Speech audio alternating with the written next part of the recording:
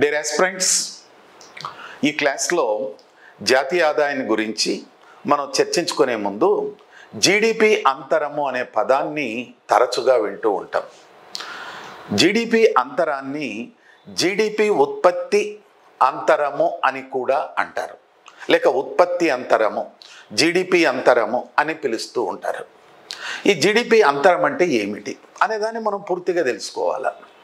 ఒక ఆర్థిక వ్యవస్థ యొక్క గరిష్ట ఉత్పాదక సామర్థ్యానికి వాస్తవంగా ఉత్పత్తి అయినటువంటి జీడిపికి మధ్య గల భేదమును జీడిపి అంతరము అని అంటారు.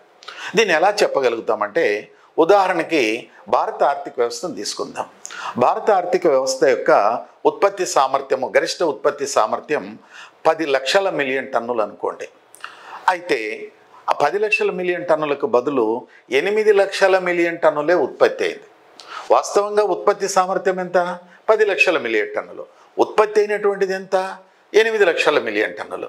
మరి వాస్తవ ఉత్పత్తి 8 లక్షల మిలియన్ టన్నులు, గరిష్ట ఉత్పత్తి సామర్థ్యం 10 లక్షల మిలియన్ టన్నులు. ఈ మధ్య భేదాన్నే మనము జీడిపి అంతరము లేక ఉత్పత్తి అంతరము అని అంటూ ఉంటారు ఆర్థికవేత్తలు.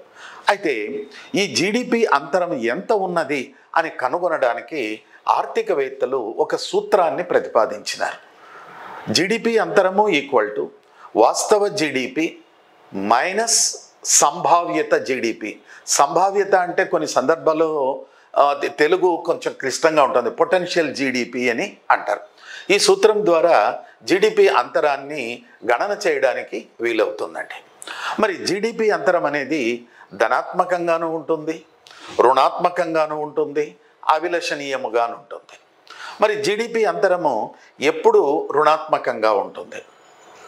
ఒక ఆర్థిక వ్యవస్థలో వాస్తవ జీడిపి అనేది సంభావ్యత జీడిపి కంటే తక్కువగా ఉంటే దాన్ని జీడిపి అంతరము రుణాత్మకంగా ఉన్నట్లు చెప్తామండి. మరి ఇలాంటి సందర్భాల్లో ఆ ఆర్థిక వ్యవస్థలో ఉత్పత్తి సామర్థ్యము కంటే తక్కువ ఉత్పత్తి సామర్థ్యాన్ని వినియోగించుకుంటున్నారు. వనరులన్నీ కూడా ఒకవైపు నిరుపయోగముగా కానీ లేక అల్ప వినియోగంలో కానీ ఉంటాయి. మరి ఇలాంటి పరిస్థితుల్లో కేంద్ర రాష్ట్ర ప్రభుత్వాలు ఆర్థిక విధానాలను ఎలా రూపొందించాలంటే, ఆ దేశంలో ఉన్నటువంటి వనరులను అభిలషణీయ స్థాయిలో వినియోగించుకునే విధంగా వ్యయ విధానాలను రూపొందించి ఆర్థిక వ్యవస్థలో జీడిపి విలువను పెంచడానికి దోహదపడే విధంగా రూపొందించుకోవాలి. మరికొన్ని సందర్భాల్లో జీడిపి అంతరాన్ని ధనాత్మకం అంటాం. ధనాత్మకం అంటే వాస్తవ జీడిపి విలువ పొటెన్షియల్ జీడిపి విలువ కంటే అధికముగా ఉంటుంది. మరి ఇలాంటి సందర్భాల్లో ప్రజలు అత్యధికంగా కొనుగోలు శక్తిని కలిగి ఉంటారు. ఎప్పుడైతే ప్రజలు అత్యధిక కొనుగోలు శక్తిని కలిగి ఉన్నారంటే ద్రవ్యోల్బణం అనేది ఏర్పడి అనేక సమస్యలకు దారి తీస్తుంది. అలాంటి సందర్భాల్లో కోశ విధానాల ద్వారా, ద్రవ్య విధానాల ద్వారా ఆ ద్రవ్యోల్బణపు ధోరణులను తగ్గించడానికి ప్రభుత్వాలు చర్యలు తీసుకోవడానికి ఆర్థిక విధానాలు రూపొందించవలసిన అవసరం ఉంటుంది.